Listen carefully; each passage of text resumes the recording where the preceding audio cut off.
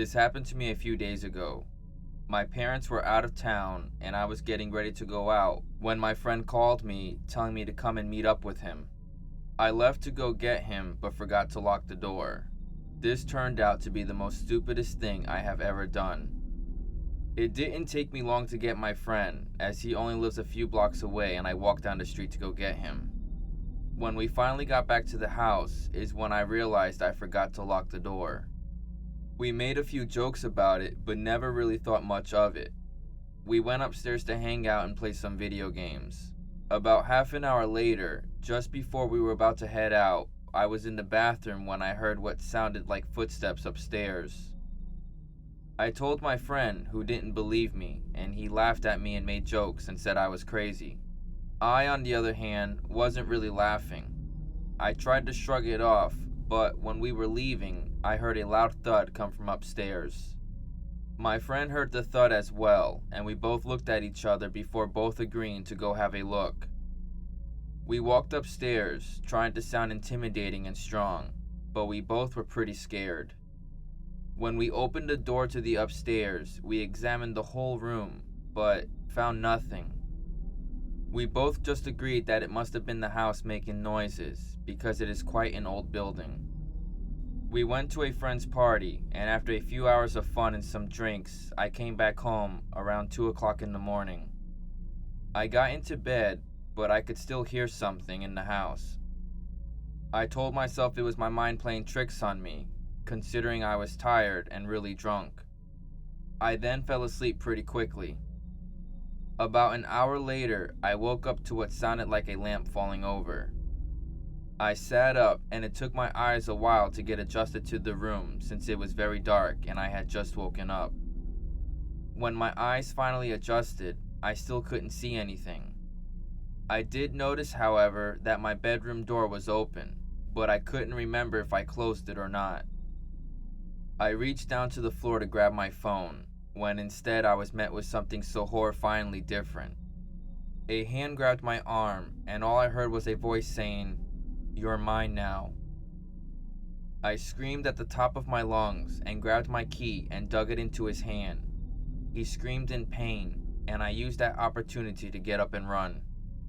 I ran out of my room, down the stairs and out the front door. I called the police, and the dispatcher said that they will send someone over right away, and for me to stay on the phone with them until an officer arrived. While I was outside waiting for the police to arrive, I looked at my bedroom window and saw a huge man with a black leather mask on, waving a knife in his hand before disappearing into the darkness of my room. I was paralyzed with fear. Just a few moments after that, a police car showed up with 2 officers. They searched the house and found no one. However, the back door was lying wide open. From now on, I always make sure I lock the front door.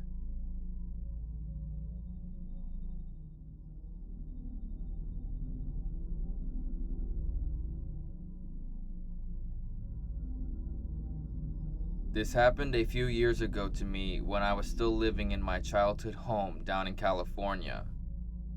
I had just inherited my family home, so my cousin decided to move in with my husband and I while she was attending a college nearby. My cousin and I were both working at the Lego store at the time, but I only worked mornings and my husband and cousin worked nights, so there were many nights where I was alone. A couple of weeks before this happened, I had been taking stuff out to my car when I realized a strange brown van with no back windows parked across the street. As I put the stuff in the trunk, the man in the van started making weird noises at me. I turned to see if I could get a look at his face, but his black Giants baseball cap was pulled down really far. Thinking he was just a creepy guy, I flipped him off and went back into the house. About 2 hours later, I went outside to go somewhere, and he was still parked across the street.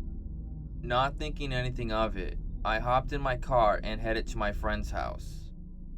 As I was driving, I looked in my rearview mirror and saw the same brown van following me. I turned on a whole bunch of streets, and he followed me down every single one of them. I turned onto the road that my father-in-law lived on and parked, thinking if the guy tried anything, I could just run there and be safe.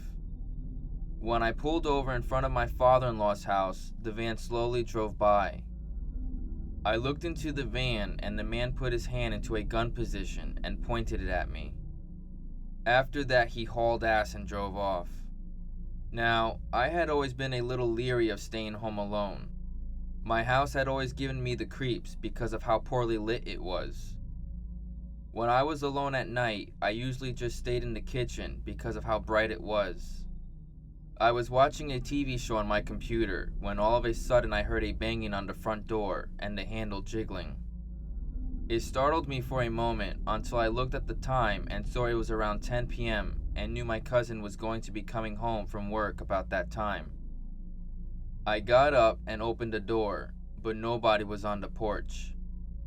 I shouted my cousin's name out, but still no response.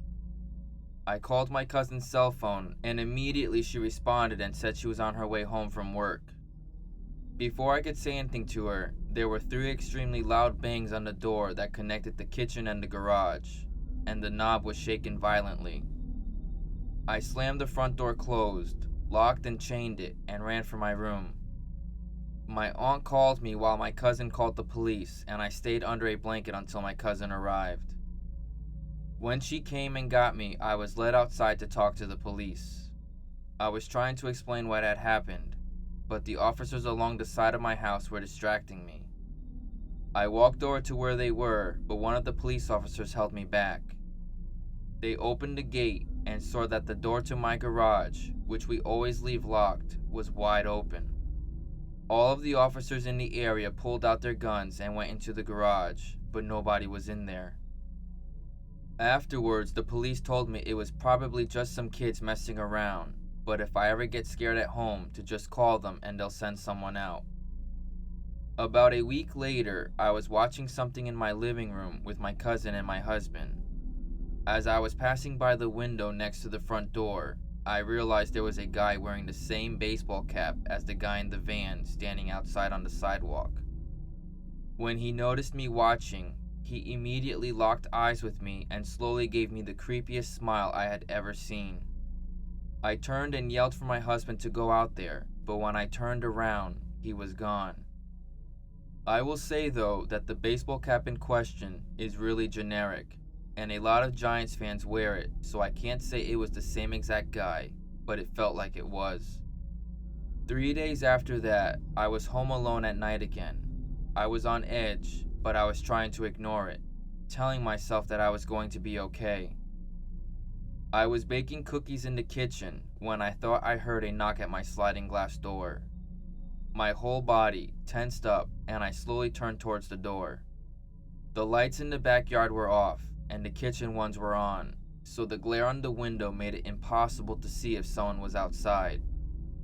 Everything was silent for a few seconds before someone banged on the door again. I screamed, but felt paralyzed in fear. The person ran on the deck from the sliding glass door to the 2 windows in the living room and started knocking on them as well. They came back to the sliding glass door to knock and started trying to open the door. I finally came to my senses, grabbed my keys, and ran outside into my car. I locked myself in my car and dialed 911. We sold our house shortly after that, but I still have a hard time staying home alone, even though now I live 2 states away.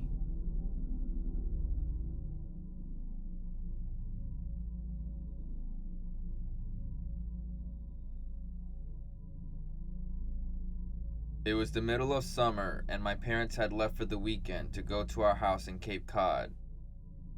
It's about a 2-hour drive away, so it's no big deal for them to leave me alone for a few days. My mom had made some pulled pork and pasta for me to heat up to eat whenever, and I had some money if I wanted to order a pizza. The first night I was alone, I stayed up till 3 in the morning playing Xbox, so I woke up really late the next day. I checked my phone when I woke up and saw it was a little past 1. I had made plans to play some street hockey with my friends at 3, so I threw myself out of bed and stumbled into the shower. I take really long showers, so when my parents are gone, I go mental. I was in there for about 45 minutes on my phone, scrolling through my social media apps, when I heard my front door open. The bathroom is directly up the stairs from the back door, and the thing is pretty loud when it opens and closes. I immediately froze, since obviously I was supposed to be alone. I waited for about 2 minutes, ears trained in, trying to hear anything else. Nothing. I figured it was just the wind, or maybe my parents were home early, so I turned off the shower, wrapped my towel around myself, and slowly walked down the stairs to check it out. So the stairs to the kitchen are pretty tight and walled in, so I can't see into the kitchen when I walk down. Even though my house is super old and each step on the stairs makes a loud creak, I took my time and tried to be as quiet as possible. It took me about 45 seconds to walk down all 12 of the stairs. So when I got to the second to last stair, I took a little breath to compose myself right before I could see around the corner into the kitchen. In my mind, I knew I was being stupid. There obviously wasn't anything in the kitchen. There's no way. I would have heard another noise, and there's no reason for them to still be in the kitchen, even if there were burglars or something in the house. After sort of mentally chastising myself for being such a wuss, I sort of chuckled to myself for being so stupid and just normally walked the last 2 stairs and turned the corner into the kitchen. Standing about 2 feet away from me in the middle of my kitchen was a man staring straight at me, perfectly still, with a massive smile across his face, just staring at me. The thing I remember most vividly wasn't his face or his smile, but his arms. They weren't just at his side. He held them in the strangest, most abnormal position I've ever seen. They were where one would normally hold their arms, but he had rotated them to the point where they were almost completely reversed, as well as lifting them up and a little behind himself. I don't know why I remember this so much, but it was the most abnormal position I've ever seen. Looking back, I realized how creepy this situation was. But in the moment, I just took a step towards him and punched him as hard as I could in the jaw. The second I connected, I beelined up the stairs, dropping my towel in the kitchen with my heart beating out of control. I sprinted into my room and locked the door behind me. I quickly put a chair up against the doorknob like you see in TV. Almost without thinking, I immediately called 911 and nearly in tears told the operator what happened. As I sat on the floor of my room, in practically the fetal position, staring at the door praying that a cop would be here soon, I noticed the light coming from the gap between my door had stopped. I then realized that the man was standing outside of my door.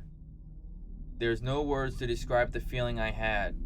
I was paralyzed with fear, watching the shadow across the bottom of the door shift in tiny ways. I stayed balled up, staring at the gap, praying the man would go away for what seemed like an hour. All the while, the 911 operator was asking me if I was there and if I was okay. I didn't want to make a noise, and even if I wanted to move my arms to bring the phone to my mouth, I don't think I could have. Eventually, the light returned to the gap, and I heard the faintest of footsteps, slowly creaking the wooden floorboards as he walked down the hall. It was silent for minutes as I just sat there curled up, unable to even speak. I heard banging on the front door and the sound of 2 officers entering my house. I finally felt safe, and I opened the door to the 2 of them standing there. Nowadays, my parents don't leave me home alone anymore, and I check every lock on the house before going to bed. I still get nightmares occasionally, and my heart starts racing whenever I see someone standing still. Even working with sketch artists and a few lineups, the police never found whoever the hell was in my house. That sends shivers down my spine every time I look outside, half expecting to see him standing across the street smiling under a lamppost.